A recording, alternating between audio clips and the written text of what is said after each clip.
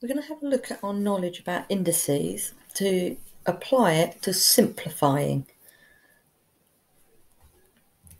Now, we already know that if we have 8 to the power of 4, we can rewrite that because we know it's 8 times itself 4 times. So we would rewrite that as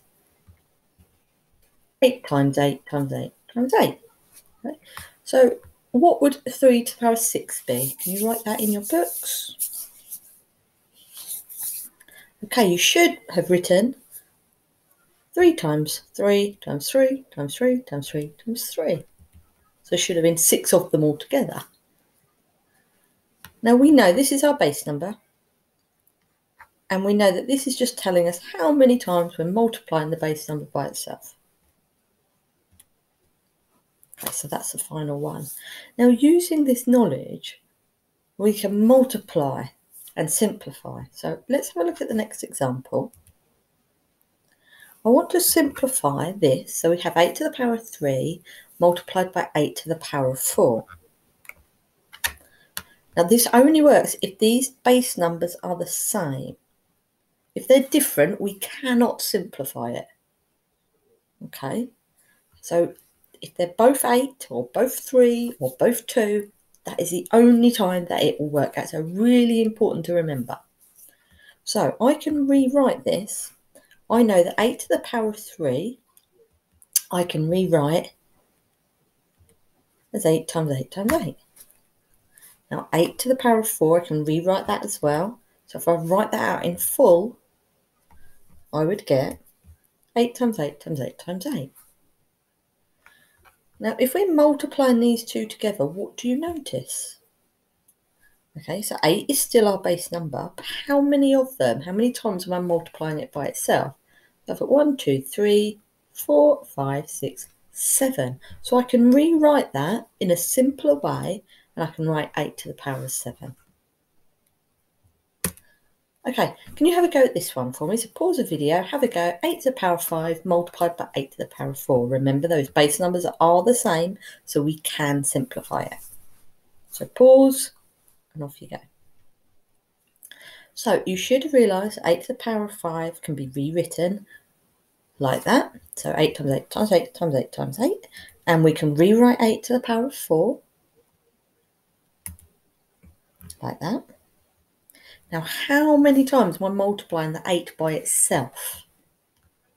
Well, I've got 1, 2, 3, 4, 5 here, 6, 7, 8, 9 times. So I can rewrite that as 8 to the power of 9. Okay, the worksheet you're going to have a look at in a minute is going to use this and is going to give you that chance to practice this skill. But before we do that, I want to show you, this was with multiplying, I want to show you with division. Okay, so the division works in a very similar way. So I can rewrite my 9 to the power of 5 here. I can rewrite it, so it's 9 times 9 times 9 times 9 times 9. Now I know that when I'm dividing, it's the same as using a fraction bar.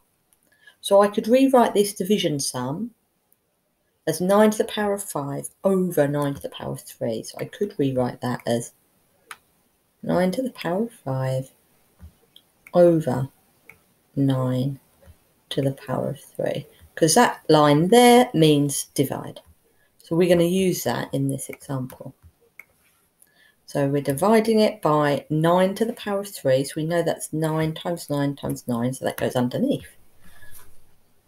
Okay, now we've got it written in this form, we can simplify it because I can cancel out some of these. So 9 divided by 9, I know that would cancel down. I could cancel down that one as well, and that one. So what am I left with? Well, all I'm left with is this bit here.